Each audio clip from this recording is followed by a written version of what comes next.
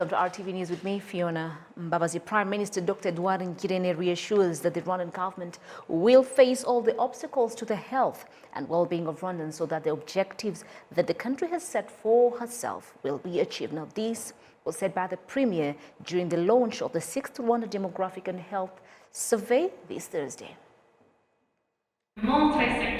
The 6th Demographic and Health Survey in Rwanda that the National Institute of Statistics made public reveals that 33% of children under 5 in Rwanda are stunted, a decrease of 5% compared to what was revealed in the 2014-2015 survey. In general, the number of children under 5 who were underweight as compared to their height decreased by 1% compared to 2% in 2015. The number of those who are underweight as compared to their age also decreased by 1% from 9% in 2015 to 8%. The Minister of Health, Dr. Daniel Ngamije, says that despite the progress made, the average number of children with stunting has not decreased as desired. When there is a decrease, it is good, but we are not satisfied with the level reached. We wanted this decrease to be at least by 30% as indicated in the National Transformation Strategy. NST1 has an objective to be achieved, that is to say that we lack 3% to achieve the objective, and this is where we must deploy efforts so that soon we can achieve the objectives set and do even better and go down further. This is the wish of the Ministry of Health and all the bodies concerned with this. Also, according to the survey, in over 2 decades, the number of children who received basic vaccines increased by 21%, from 75% in 2000 to 96% in 2020. Those who use family planning methods are 64%, where 58% use modern contraceptive methods and 6% traditional methods. The head of the National Institute of Statistics, Yusuf Murangwa, says that this survey reflects what's on the 5th Integrated Household Living Survey, EICV5.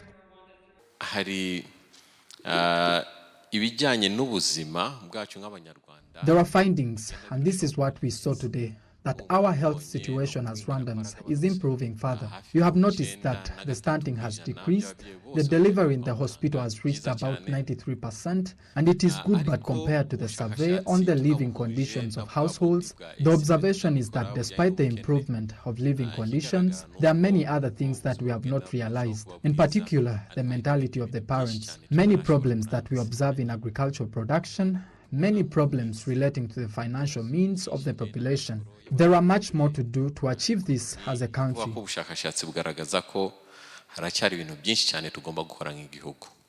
If we compare the results of the current survey and that of 2015, we see that the number of deaths following childbirth has decreased from 210 to 203 per 100,000 parents. During the official presentation of this survey, the Prime Minister observed that it is a mirror that reflects the real image of the health and well-being of the population, adding that the government will deploy more efforts to eliminate gaps still observed.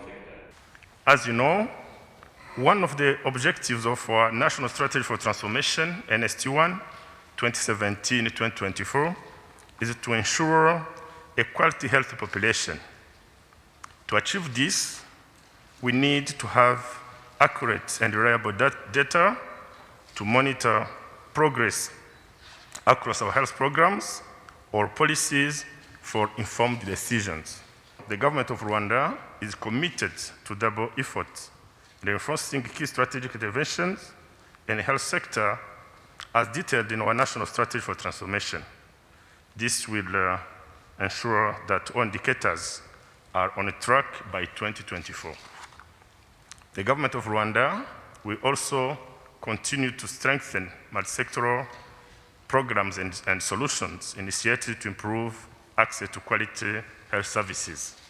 The Rwanda Demographic and Health Survey focuses on indicators of the provision of health and other services that help to understand the transformation of the living conditions of the Rwandan population.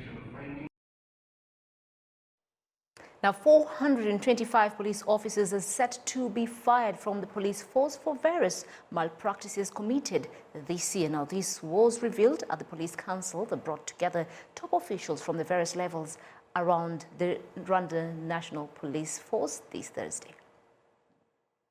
Among these include 243 that were arrested for not reporting to duty, 108 for corruption, 26 arrested for excessive consumption of alcohol, 7 for theft, and 40 others charged of indiscipline in their work.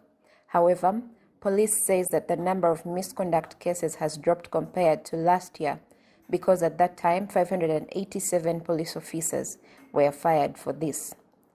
Accidents have also decreased compared to last year. A total of 622 accidents were reported and killed 684 people. From January to November this year, 561 accidents have been recorded and have killed 609 people.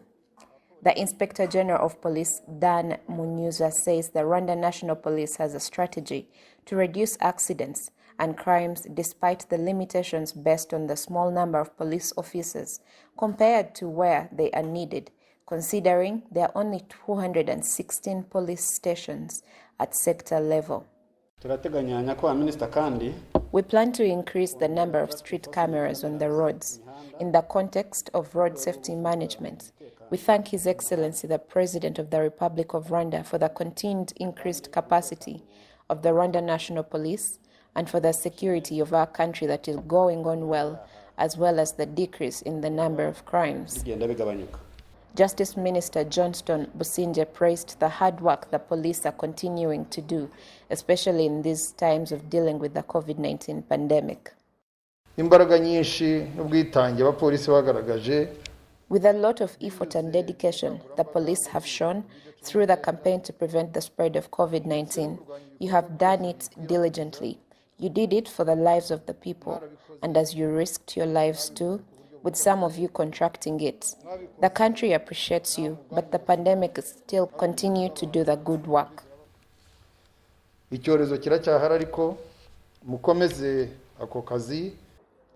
the last 11 months, 49,204 crimes have been reported. The highest number is that of assaults, amounting to 14,278 of those. Theft accounts for 11,871 cases, drug use and trafficking accounting for 4,000, and defilement and rape accounts for 4,067 cases. As the year draws to an end, the Rwanda National Police urges Rwandans to be more vigilant, avoid crimes, accidents, and the COVID-19 pandemic. In this month of December, we know people are preparing for the holidays, Christmas and the New Year, but they should do it as they protect themselves against the COVID-19 pandemic and the accidents, so that they get to the New Year alive and refrain from engaging in crimes.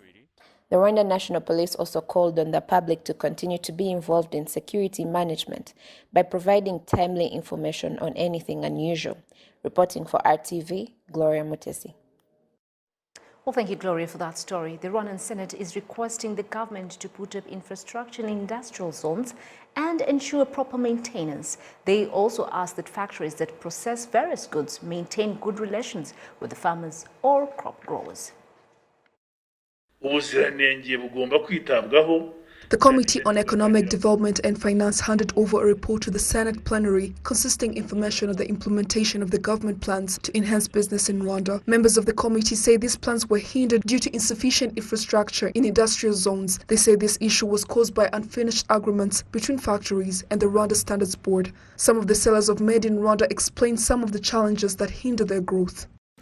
Made in Rwanda products are nice and we love them. The problem is that they are too expensive compared to the goods imported from abroad.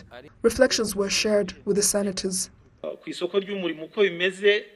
There's need for improvement on how the job market works because they need to know how newly graduates work and how productive they can be in order to give them the opportunity to bring more creativity in the business.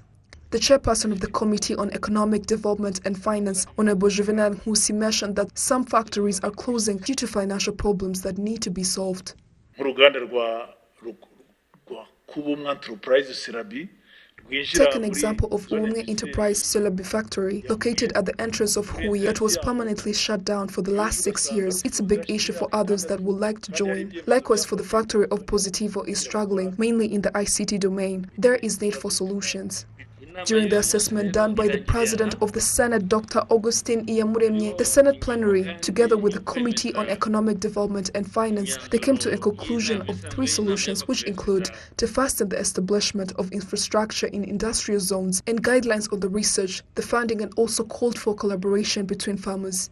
Jane Mutoni reporting for RTV. To justice matters now, the trial of Paul Rusesabagina will be merged with that of the FLN militia group members as announced by the Nyanza-based High Court Chamber for International Crimes. This will include that of Callistin Sabimana and Helman Sengimana, 2 successive former spokespersons of FLN and 17 other former FLN members. The Nyanza-based High Court Chamber for International Crimes decided that they should be merged because there is related offense. On November 26th, the National Prosecution Body asked the High Court to merge these trials because they are closely related and trying them separately can take time. In making this decision, the High Court says it relied on the evidence relating to the offenses that all the defendants confessed to RIB, including terrorism, training and membership of armed illegal groups. The High Court relied on Article 94, number 30/2018 of June 2nd, 2018, determining the jurisdiction of the courts, which stipulates that when there is a connection or when several cases have a connection, such that the decision on one of them can affect the other and that judging them separately can create a contradiction. It also relied on Article 99 of this law, which stipulates that when related requests are submitted to the same court, the president of the court, either ex officio or at the request of one of the parties, assigns to the same head office the requests of which it must know for reason of connection. Others who had called for these trials to be merged are those who demand that compensation be made for the damage caused to their property by various attacks by fighters of the FLN terrorist group, especially in the districts of Nyamagabe and Nyaruguru. The High Court has ruled that the substantive trial of all the defendants will begin on January 26, 2021. The Rwanda Energy Group has signed an agreement with the Zimbabwe Electricity Supply Authority to share knowledge on how to cover areas including energy generation, distribution and solving some of the challenges that are faced by the citizens. Now, on behalf of Rwanda, this agreement was signed by the Chief Executive Officer of Rwanda Energy Group, Ron Ways, and the Executive Chairman of the Zimbabwe Electricity Supply Authority, Dr. Sidney Gata, on behalf of Zimbabwe. Now, the Minister of Infrastructure, Ambassador Clever Gatete, says this agreement shall benefit both countries in innovation of ways to distribute electricity to all citizens while exchanging ideas or expertise in this field. We need cooperation between the two our governments, the 2 countries, Zimbabwe and Rwanda. There are some skills Zimbabwe has that we don't have. There are also what we have that we can share with them. And then at the end of the day, it's a win-win situation. That's why we are trying to see the kind of MOU that will allow us to do so many things under the MOU so that we can cooperate with each other in a way that will improve the electricity access to Zimbabwe, but also to Rwanda. So this kind of cooperation is very, very important because we have almost similar cultures as Africans, and we know each other very well. So there is really the other things of saying it's not the same thing as going to another continent. The Zimbabwe Electricity Supply Authority, together with the Zimbabwean ambassador to Rwanda, Professor Charity Manyireke, first visited several energy projects in the country. These include power grids and learn more on how the electricity is being distributed to the citizens. Both in Rwanda and Zimbabwe are going to be improved, noting also the leadership that Rwanda is making in ensuring that we have smart Africa, intercontinental free trade area, and which shows good leadership in promoting economic development, not only between the 2 countries, but in the whole of Africa. Now, Cardinal Antoine Kambanda has commended Rwandans in general for the steps taken to make the country thrive in the last 26 years. Cardinal Kambanda returned to Rwanda from the Vatican this Thursday after being named Cardinal by the Pope. Cardinal Antoine Kambanda arrived in Kigali on Thursday afternoon. The actual ordination ceremony for the cardinal took place on November 28, 2020 at the Vatican. He says the fact that Rwanda now has a cardinal is a sign of the progress that Rwanda has made. Cardinal Kambanda also thanks the Rwandans in general for their continued support and rebuilding the country in difficult times. He reminds, however, Catholics in particular, that this has set a challenge for them. This trust that the Holy Father has had in us as a Church of Rwanda, my appointment as a cardinal is a fruit of the work, the prayer and the faith of the Christians in Rwanda. For this, I thank all my colleagues, bishops, priests, religious, all the faithful, for all the work that is being done in reconstructing the Church and spreading the kingdom of God, especially establishing brotherhood and unity, which God wants of us all in order to give us his salvation. Along with new responsibilities, Anton Cardinal Kambanda, who was ordained as a priest 30 years ago, will remain the Archbishop of Kigali, a position he took on 19th November 2018. It is expected that he will be officially welcomed in Rwanda on December 6th this year, marking the first time in history that a church in Rwanda has seen a cardinal. Jane Mutoni, reporting for RTV. Well, on behalf of the entire news team that made this news possible, led by my news director, Caritas Uwera, and cameraman Ali, thank you very much for being part of us. My name is Fiona Mbabazi. Have yourselves a lovely evening and a good night. And do remember that you play an important role in flattening the curve of the COVID-19 pandemic in the country.